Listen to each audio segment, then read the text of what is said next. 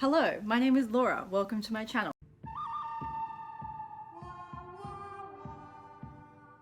Did I film this intro twice? Maybe. Did I film it twice because I watched the first time I did it and hated it? Maybe. So here's the thing about me. I've never met a book that I didn't love to yap about, and I've never felt shy about sharing my opinions. And so I figured it was about time that I shared that love with the internet and found an outlet, aside from my friends, of people that will have to listen to my non-stop yapping. This has honestly been a really long time in the making. I've thought about doing this channel for so long, and I just kept talking myself out of it. I just kept thinking that it wasn't going to be good enough, that I wasn't going to be good enough, the imposter syndrome came in. But I figured, why not? There's no time like the present to start a new hobby, right? So I thought, why not carve out my own little cozy corner of the internet where I can non-stop yap about books, hobbies, being sentimental, anxious little bitch, and just anything else that I feel the need to yap about. I have plots, I have plans, and we will see if those pots and pans, we'll see what happens. I mean, I have a life and friends and family and a full-time job, so my aim is to do weekly uploads, but whether or not we actually get to the weekly uploads is a whole other thing in itself. So we'll see. So I thought it made sense for my first video, especially considering I'm planning on doing a lot of book content. I thought it made sense to talk about some of the books that enrich my soul. I'm going to be talking about more than 3 books, but sadly I only actually have physical copies of 3 of these books because here's the thing. I lend my books out to people and then never get them back. These books are just my bread and butter. These books, I just think they're the bee's knees, the best things ever. I cannot rant and rave about these 3 books, but also a couple more. So grab yourself a cup of tea, a cup of coffee, a glass of vino, whatever tickles your fancy, and let's just get into it. Okay, so the first book on my list is one that I feel is very divisive. I feel like you either love this book or you hate this book, and that is The Road by Cormac McCarthy.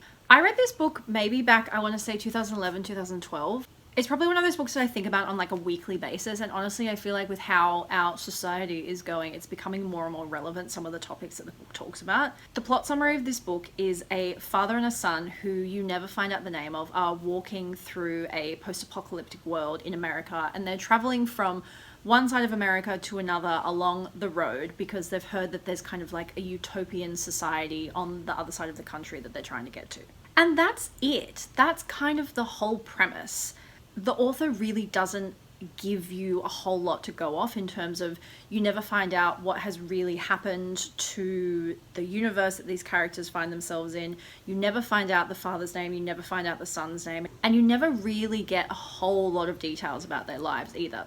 The author kind of just shoves you into the world and it's like, deal with it, you're an adult. I hate authors that do these massive chunks of exposition dump. It's so boring, it's usually never done well, and it just like, I can figure it out. The thing that I love the most about this book, and the thing that honestly I think divides people the most about this, is the language. The language used is incredibly flowery, and that sounds like I'm saying it in a negative way, but I'm really not. I would describe this less as like a linear novel and more of like almost stream of consciousness prose. It's very descriptive and there's no punctuation points used to differentiate between when the characters are speaking and when the author is describing something. The way Cormac McCarthy describes the landscape of this barren wasteland of a world is just so beautiful. This book is all about finding beauty in an absolute hellscape and sort of making the best of it. But it's also about what happens when the world burns and humans are committing the absolute most horrendous atrocities against each other, which, as I said, I feel like becomes more and more relevant with our society today. This book is brutal, it's unflinching, the horrors in it really never let up, and it's incredibly bleak, which is what I think makes it so gorgeous. If you're someone who really likes kind of wandering, aimless prose, then you will love this book. I cannot recommend it enough.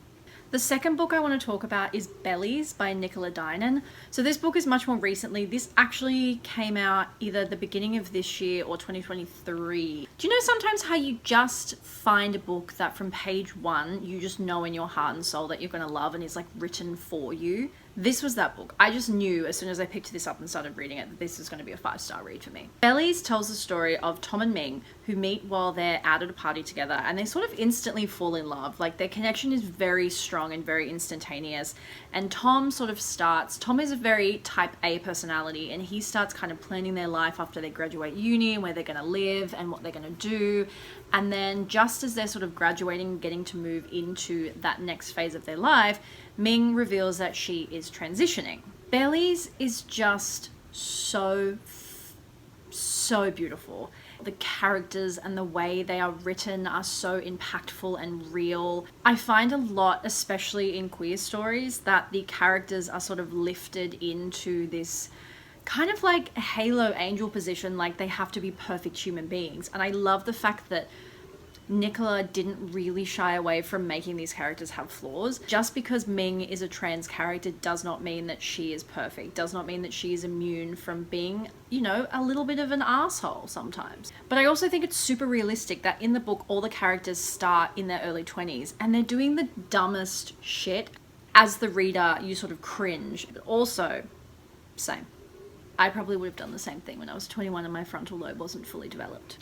The themes in this book of love and gender and like right person, wrong time, wrong person. It's just, I can't begin to describe how much I love this book. At the beginning of the book, when Tom is sort of reminiscing about the relationship he used to have with one of the girls that he's now friends with before he sort of had come out as gay, he's thinking about their relationship and he's sort of internally monologuing. And Nicola uses this one sentence that just floored me. The supercuts spared me the minutiae and showed only the highlights, and for that I thanked the disintegrating touch of time and an active want to forget. Like, I'm sorry. That's such a beautiful way of describing that feeling. When you read that, you understand how that feels and you understand what it is to look at a relationship or a situation through rose-colored glasses and be like, actually, at the time I was kind of miserable, but in hindsight, sure. The friendships in this book are also, like, I love romance and I love a book that talks about romantic relationships, but I love a book that talks about platonic relationships. They're so layered and real. The relationship between Tom and Rob specifically, I feel like so many times male friendships in media are sort of like, hey bro, let's go get a brewski. Tom and Rob are not like that. They have this gorgeous friendship and I am obsessed. The next book I'm going to talk about is by a Dutch author called Herman Koch, and that is The Dinner. This book is sharp and it's biting and it says so much about class divide and what families will do to protect their own, and I guess the privileges that come with being wealthy and how your bad behavior and poor life decisions can be fixed with money and power. So The Dinner centers around two families, two brothers and their wives who have sat down to dinner to discuss something that their sons have done. One of the brothers is a wealthy politician who is in line to become the prime minister, and the other is sort of this salt of the earth former history teacher. So right from the get-go, we have a really huge class divide between the two brothers, one being in a very prominent political position that grants him both power and wealth, and the other sort of a regular schmegular guy. But between the two families, they've both been kind of brought down to the same level by this thing that their sons have done. It's been captured on CCTV, and the CCTV is being quite widely distributed, but no one has actually identified their sons yet.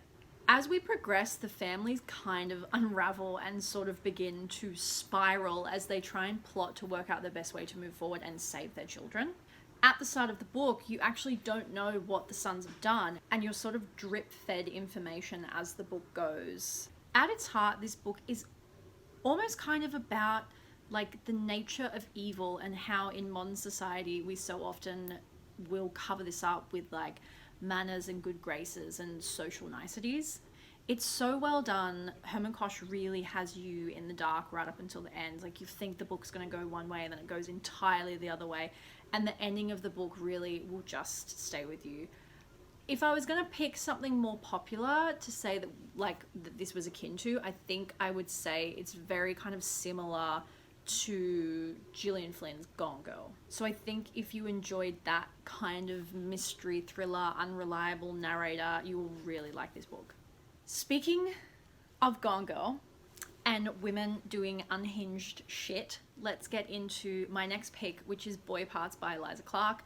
Now, I am slightly biased by including Eliza Clark on this list because I would read her shopping list. I am obsessed. She has a new collection of short stories that has just come out and I cannot wait to get my hands on it. Her other book, Penance, which is very, very different from Boy Parts, is also fantastic. I'm gonna have to keep my description of the plot of Boy Parts very, very vague because there is a brilliant twist midway through the book that I was just like, wait, what? I was clutching my pearls. I could not believe it. The basic premise of the plot is Irina is a gorgeous artist whose career has stalled.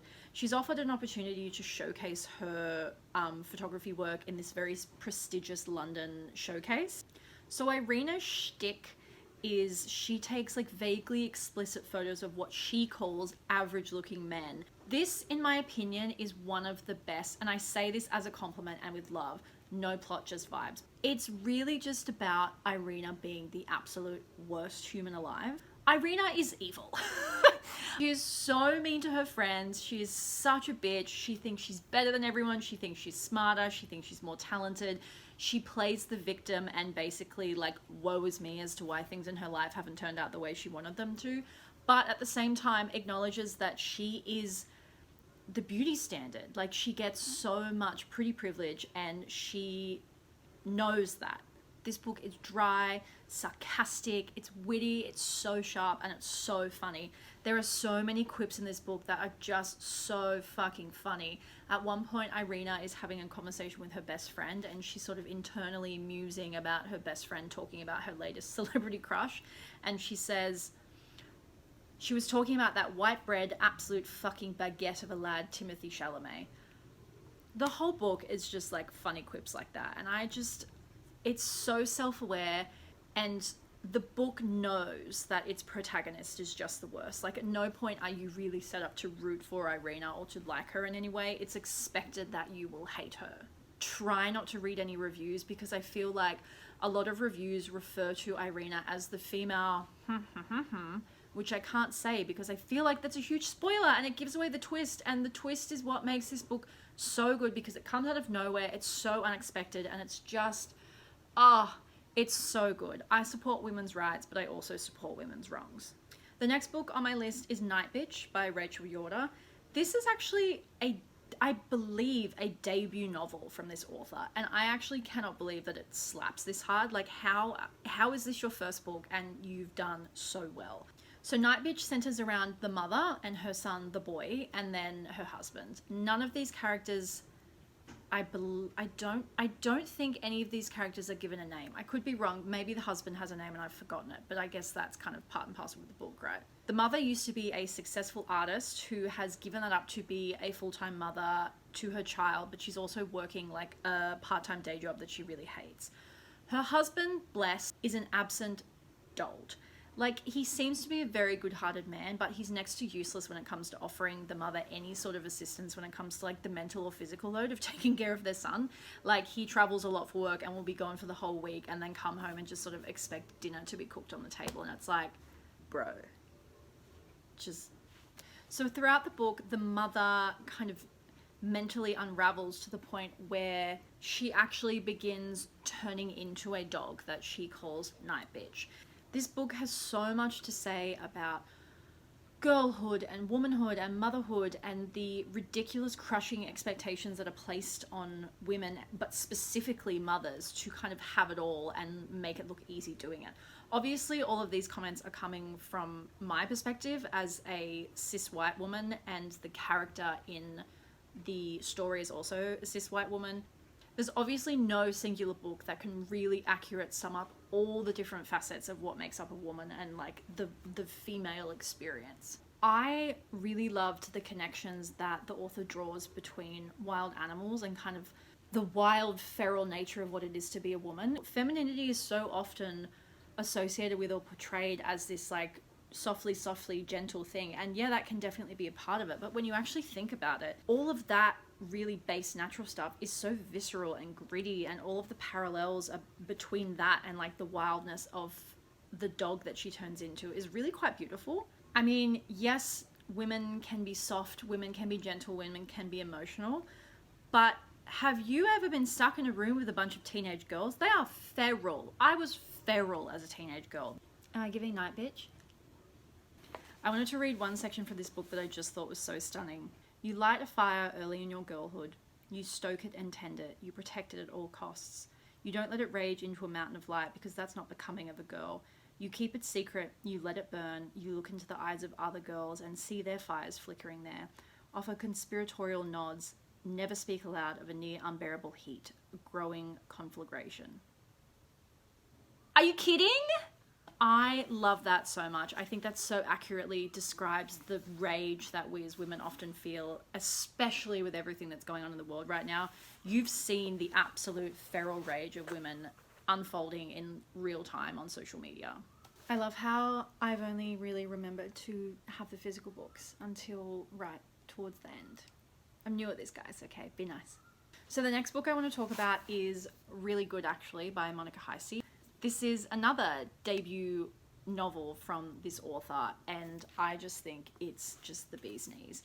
So Really Good actually centers around Maggie, who is in her late 20s and has been in a long-term relationship and married for just under 2 years. And she's just broken up with her husband and is dealing with being single in her 20s for the first time in almost a decade.